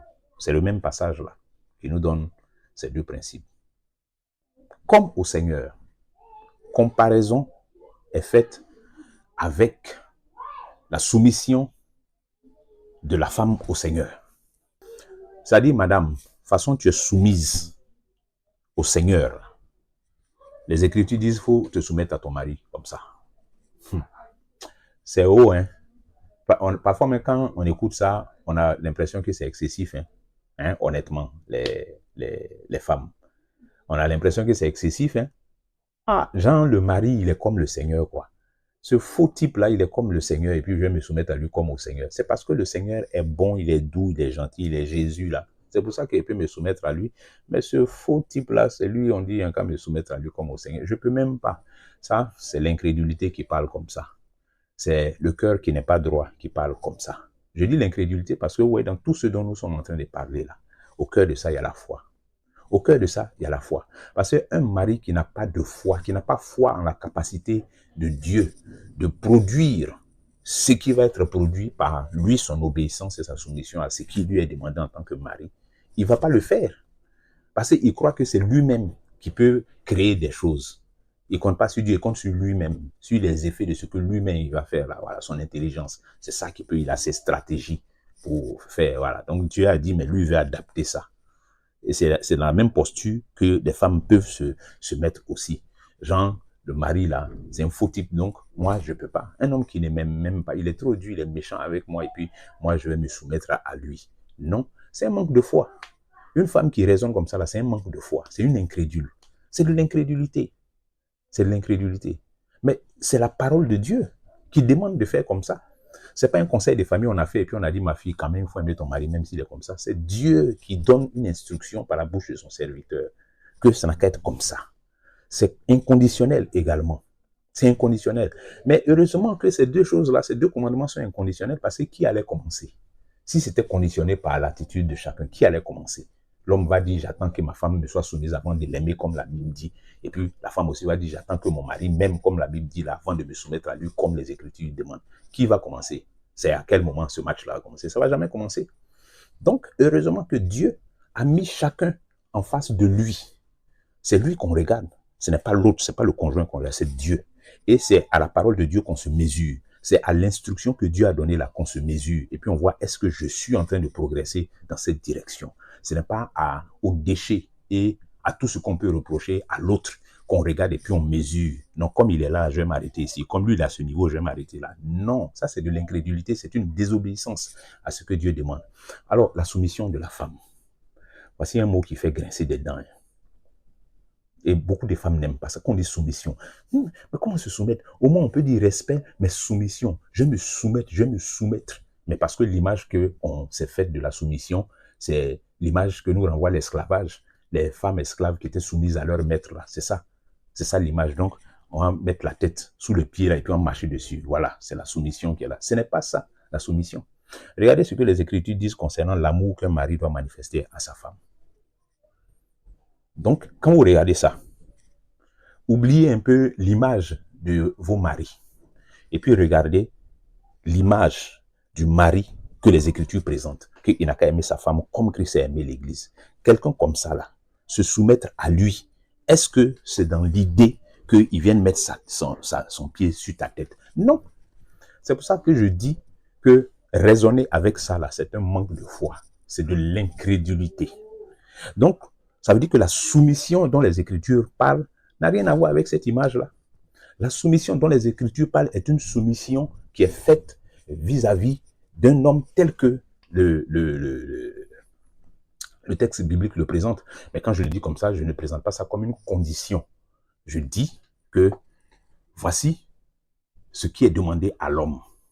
Quand on regarde comment les Écritures demandent à l'homme d'aimer sa femme, et ensuite que les mêmes Écritures demandent à la femme de se soumettre, mais on voit que le mot soumission là, on voit ce que ça veut dire et ce que ça ne peut pas vouloir dire. C'est clair, c'est tellement clair.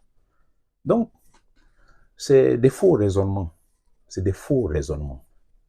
C'est une fausse conception de la soumission que vous avez là, les sœurs. Le respect, il faut respecter son mari. Il faut être soumise à lui. Il faut être soumise à lui. En tant que le chef, il faut être soumise à lui.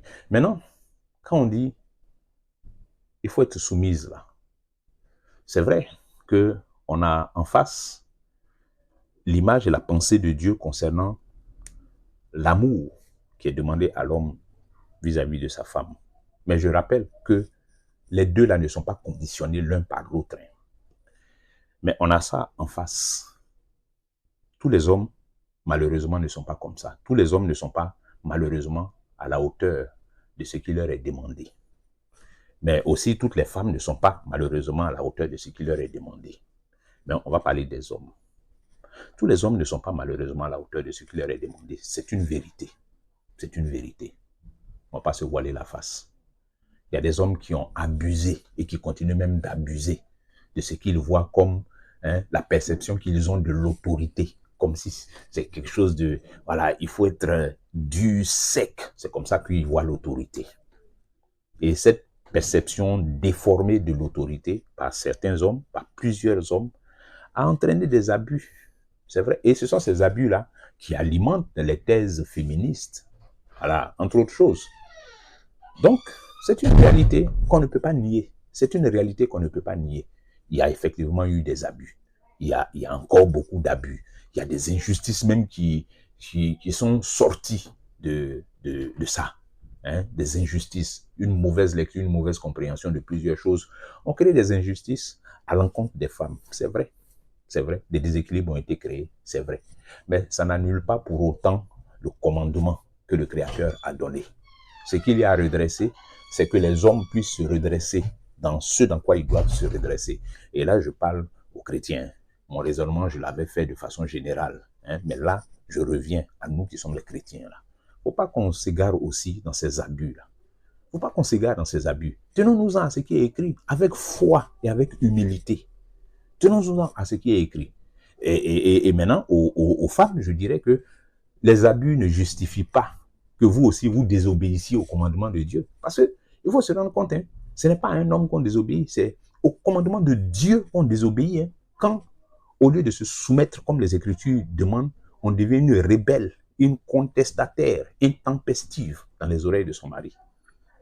Vous voyez comment les Écritures décrivent une femme comme ça? Mieux vaut habiter à l'angle d'un toit, c'est-à-dire dans le coin là-bas, là où le plafond et puis le mur se rencontrent là. Mieux vaut habiter au coin là-bas, plutôt que d'être dans la maison avec une femme querelleuse. Ce n'est pas bon. Ce n'est pas bon. Ce n'est pas bon. Devant Dieu, ce n'est pas bon. Ce que Dieu va faire là, dans le cœur de l'homme, comment Dieu va gérer ton mari là, c'est lui qui connaît. Toi, il faut obéir, il faut te soumettre. C'est ta soumission là qui peut envoyer les changements que tu recherches. Il ne faut pas attendre que les changements viennent d'abord avant de te soumettre. Quel marchandage tu peux faire avec Dieu? Quel marchandage? Les Écritures même nous parlent de ça, hein, où Pierre dit, par exemple, que certaines femmes peuvent gagner leur mari inconverti sans parole, mais par leur soumission. Sans parole. Vous voyez la puissance de la soumission. C'est ça qu'il faut voir. C'est les choses comme ça là qu'il faut voir. C'est les choses comme ça qu'il faut voir. Au lieu d'être toujours dans le pessimisme, et puis d'être sur la défensive, de vouloir se faire valoir, se faire reconnaître. Tout ça là, c'est ça qui fatigue. Toutes ces pensées païennes qui sont là, qui pullulent là. Vous aussi, vous prenez ça, vous en accommodez, et puis ça devient votre style de vie aussi. Vous voulez faire comme les autres aussi. Non, non. Dieu nous a donné une ligne. Son église, là, il a donné une ligne. Suivons cette ligne. Peu importe ce que les gens pensent de ça. Peu importe. Ça dit, gens, on va te dire que, toi, tu es une femme soumise. Toi, tu te laisses faire comme ça. Et puis, ça t'intimide. C'est-à-dire, c'est d'autres, c'est les pensées des autres, là, qui t'influencent plus que la pensée même de ton Créateur, de Dieu. Tu sais ce que Dieu a en réserve pour toi. Tu sais pourquoi Dieu te demande de te soumettre à ton mari, là. Tu sais pourquoi il te demande de te soumettre à ton mari, là. Et puis toi, tu as entré dans des discussions, dans des contestations. Genre, ces soumissions-là, c'est trop dégradant pour toi. Soumission, c'est trop dégradant. Qu'on est même chose. On n'est pas même chose. Hein. Il y a un qui est chef. Donc, on n'est pas même chose. Il y a un qui est chef. Et ça, il faut l'accepter. C'est l'humilité. C'est l'humilité. Accepter ça, ce n'est pas s'écraser ou bien devenir pâte à modeler. Non, c'est de l'humilité. Tout simplement. Les Écritures disent qu'il faut te soumettre à ton mari comme tu te soumets au Seigneur. Il y a des femmes, elles tremblent comme ça devant leur patron au travail. Tremblent comme ça quand le patron parle. Elles tremblent à cause de l'argent. Elles tremblent comme ça. Mais devant son mari, elle devient Django. C'est honteux ça. C'est honteux. C'est une misère. C'est une misère. Des femmes qui ne peuvent même pas ouvrir la bouche même pour parler devant un supérieur hiérarchique au travail là-bas. Et quand c'est à la maison, son mari n'a même pas encore parlé et puis elle a démarré. C'est pas bon. Ça n'honore même pas Dieu.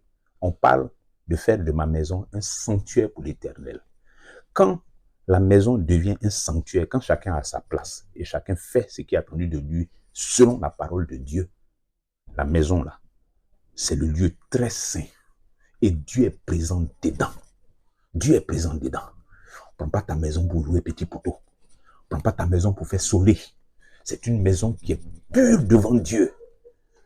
Moi et ma maison, la faveur de l'Éternel est sur nous. La grâce de Dieu abonde sur nous. 2 ou 3 sont assemblés au nom du Seigneur. Il est présent. C'est tout ça. C'est tout ça. Mais que chacun fasse ce qu'il a à faire. Que chacun fasse humblement ce qu'il a à faire. Que, madame, là où les Écritures te demandent de te soumettre, il faut te soumettre à ton mari. Il faut le respecter. Il faut l'honorer. Il faut faire ça. Il ne faut pas laisser les témoignages de tes copines là-bas là, t'intoxiquer. C'est pas ça. C'est pas ça. Les changements que tu veux voir là, ça va venir. Mais ça dépend aussi de toi. Hein. Les changements là. C'est-à-dire parfois nous on a nos calculs qui sont à l'envers des calculs de Dieu. Nous on veut que Dieu opère les changements avant qu'on se soumette à ce qu'il a dit. Pour Dieu, l'obéissance là, c'est sacré. L'obéissance est primordiale. L'obéissance vaut mieux que les sacrifices. L'obéissance vaut mieux que les sacrifices. L'obéissance, ça vaut mieux que les sacrifices. Il ne faut pas être une épouse qui fait gémir son mari comme une carie dans les os. Et puis tu es maman zélée à l'église comme ça. Maman zélée à l'église. Maman zélée. La tantille de tout le monde. La tantille, c'est zéro, hein. C'est zéro. C'est zéro. Ce zèle-là, c'est un fruit pourri, souillé. Dieu ne reçoit même pas ça. Dieu ne reçoit pas ça. Oui, ce n'est pas en vain que les Écritures, où est qu'on veut établir les anciens, les critères qu'on a dans Timothée, dans Tite, dans ces critères-là, il y a toujours une mention en rapport avec la maison. La maison, elle est comment? Il est comment à la maison? Il est comment? Sa maison est comment? Parce que quand on dit, par exemple, qu'il tienne ses enfants dans la soumission, ça veut dire qu'il y a les attitudes de ses enfants aussi qu'on regarde. Ce n'est pas lui-même seulement on regarde, mais sa capacité à être un bon père pour ses enfants et à être un bon mari pour son épouse. Mais j'ai envie de dire que le prolongement de ça, c'est, madame, même, tu es quel genre d'épouse pour le monsieur? Est-ce que toi aussi, autant, on a posé la question de savoir si l'obéissance de l'homme à l'exigence qui lui est faite d'aimer sa femme selon la parole de Dieu participe au perfectionnement de la femme, à son élévation devant le Seigneur. On pose la même question aussi pour la femme. Est-ce que, madame, ta soumission là, elle est de nature à aider ton mari dans son perfectionnement, dans son cheminement dans le Seigneur? Ou bien tu es une carie dans ses os? Ou bien tu es quelqu'un qui lui donne des maux de tête, tu le fais souffrir dans sa chair et dans son cœur, dans son esprit? Ce n'est pas bon. Ce n'est pas bon. C'est pas bon du tout. Donc, il faut faire attention. Il faut faire attention à ces choses-là. Il faut s'examiner. Il faut s'examiner, madame. Il faut s'examiner et puis voir honnêtement si c'est comme ça que mon attitude vis-à-vis de mon mari, là, si c'est comme ça que c'est. Le monsieur peut ne pas parler. Hein. Il peut garder le silence même sur ces choses. Mais il faut lui demander un peu. Demandez-vous. Madame n'a qu'à demander au monsieur, mon chéri, est-ce que tu vois ma soumission à toi là comme ce que les Écritures disent là? Il va te dire ce qu'il pense de ça. Parce que le truc c'est quoi? C'est que ce n'est pas à toi d'apprécier et puis de dire, façon je lui suis soumise là, c'est bon comme ça devrait lui suffire. Non, non, non, non, non, non. C'est à lui que tu es soumise. Il faut lui demander ce qu'il en pense. Demande-lui si ta façon de lui être soumise là, c'est comment il voit ça. Il va te faire un retour. Monsieur également, il faut demander à madame, est-ce que c'est ma façon de t'aimer là? Comment tu vois ça? Est-ce que tu vois ça comme dans les Écritures, c'est dit là? Parce que c'est chacun qui doit apprécier. Ce n'est pas moi qui fais là qui dois apprécier, c'est l'autre à qui je donne ça qui doit apprécier. Donc l'amour là, c'est la femme qui doit apprécier. La soumission là, c'est l'homme qui doit apprécier. Donc demandez-vous sincèrement et honnêtement. Et puis parlez-en. Parce que parfois on garde le silence. Hein. L'homme garde le silence, la femme garde le silence. Bon, et puis ça est là comme ça, on dit on fait avec. Mais vous n'imaginez pas les grâces que ça vous fait perdre. Vous n'imaginez pas, non. Ça dit, imaginez une maison qui marche et qui s'efforce de marcher comme la parole de Dieu dit là.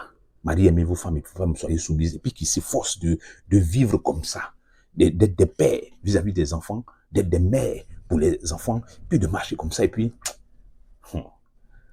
imaginez un peu le bonheur que Dieu vous apporte dans votre esprit, dans votre cœur, dans votre âme, la paix que Dieu vous apporte. Imaginez un peu la dimension de ça.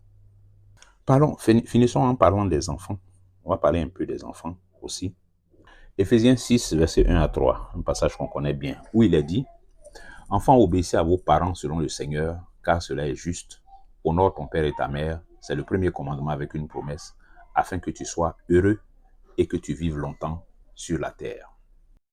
Alors, c'est un passage qu'on connaît bien, mais un passage qui fait écho même à la pensée de Dieu qu'on avait déjà dans la loi de Moïse, qui prescrivait que les parents, s'ils constataient que les enfants avaient une attitude rebelle et irrespectueuse à leur égard, avaient la possibilité de convoquer l'enfant devant le conseil des anciens, et l'enfant, là, on lui applique la peine capitale, c'est-à-dire les lapider à mort. Tu ôteras ainsi le méchant du milieu de toi. Ça, c'était la pensée de Dieu, et c'est toujours la pensée de Dieu concernant l'importance des parents vis-à-vis des enfants, donc de l'obéissance des enfants à l'égard des parents. C'est ça la pensée de Dieu. C'est comme ça qu'il faut comprendre ça.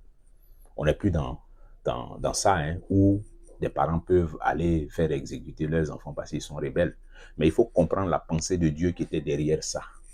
Un enfant devant ses parents-là. Il ne faut pas prendre les parents comme pour les banaliser ou bien pour faire truc. L'obéissance. Et la chose fondamentale qui existe entre Dieu et nous, là, c'est l'obéissance. C'est la rupture de l'obéissance qui entraîne les dégâts qui est manifesté par le courroux de Dieu, la désobéissance. L'obéissance vaut mieux que les sacrifices.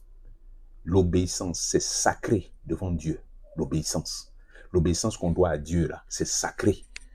Et cette obéissance-là, comme il a donné mandat aux parents de faire avec les enfants ce que lui, il fait avec nous, mais naturellement, la considération qu'il a pour l'obéissance de nous à son égard est la même considération qu'il a pour de l'enfant, pour celle de l'enfant envers ses parents. Un enfant désobéissant, regarde comme le passage l'a dit, honore ton père et ta mère afin que tu vives longtemps et heureux sur la terre. C'est-à-dire la clé de ton bonheur et d'un bonheur qui se prolonge, c'est honorer ton père et ta mère.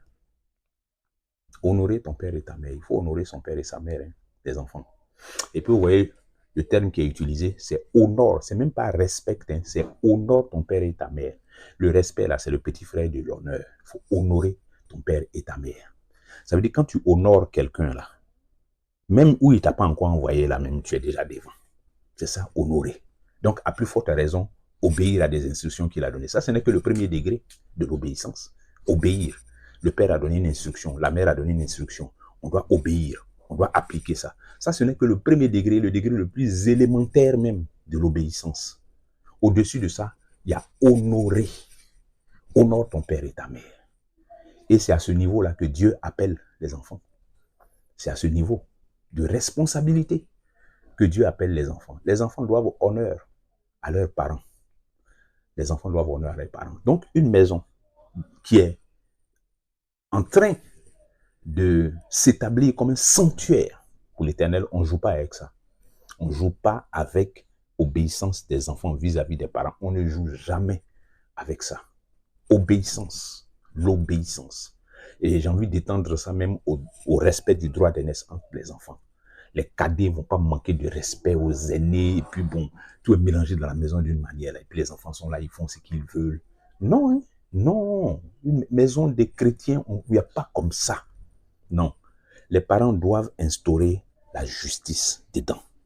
Et quand il dit la justice, ce n'est pas le sabre à la main, non, c'est dans l'amour, dans la douceur, dans la paix, que ces valeurs-là doivent être transmises aux enfants, que ces valeurs doivent être promues dans la maison. On doit voir ça dans les attitudes des enfants entre eux, mais des enfants à l'égard de leurs parents. Honorer le père et la mère.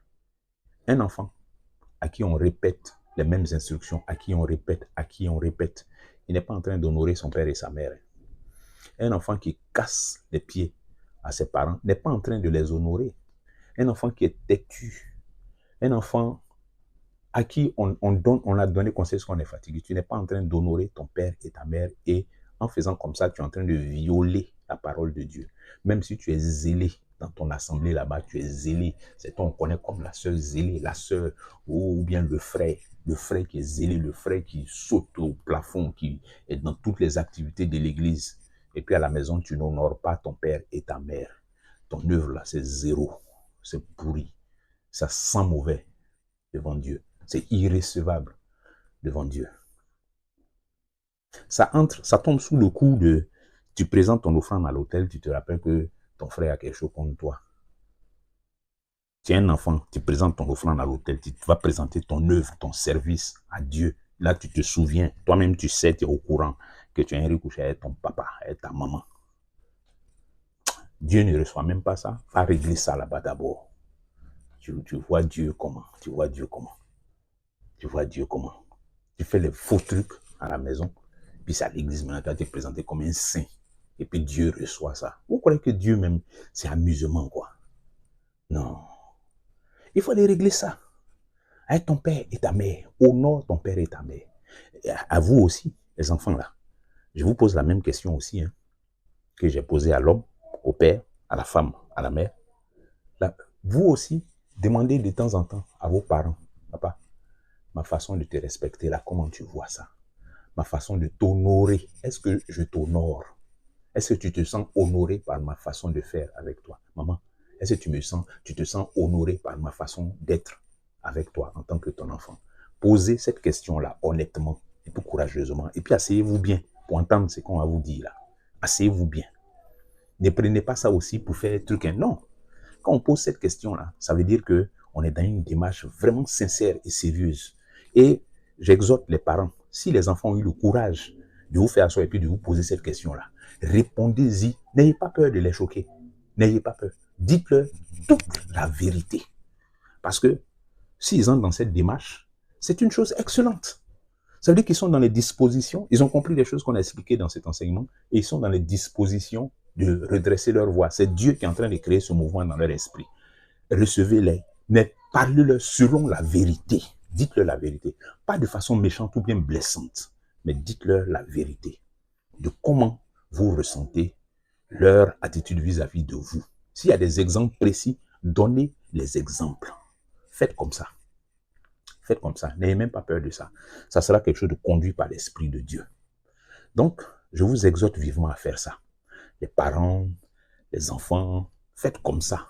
C'est ça aussi, c'est cet échange-là, cette dynamique-là, qui permet aussi de se sonder, de s'examiner et puis de redresser ce qu'il y a à redresser dans la vérité, dans l'amour, dans l'humilité, par l'Esprit de Dieu, et puis de faire régner dans la maison Dieu, le Créateur, d'établir le règne de Dieu sur la maison, sur son sanctuaire, établir le règne de Dieu et ne pas laisser de zone d'ombre ou bien laisser la moindre place, le moindre espace à des doutes ou bien à des choses pas tout à fait claires dans lesquelles le mal va venir se loger, se cacher et puis être nourri, grandi jusqu'à ce que ça explose. Ne laissez pas de place à l'ombre. Que la lumière de Jésus puisse illuminer les maisons, illuminer les maisons. Chasser tous les ténèbres, révéler toutes les tâches, révéler tout ce qui doit être traité. Que Christ, qui est notre lumière, là, puisse briller de tout son éclat dans nos maisons et puis nous permettre de nous sonder. Et honnêtement et avec humilité, qu'on puisse entrer dans une démarche de redressement pour redresser ce qui a besoin d'être redressé afin que nos maisons soient et demeurent un sanctuaire pour l'Éternel. Amen.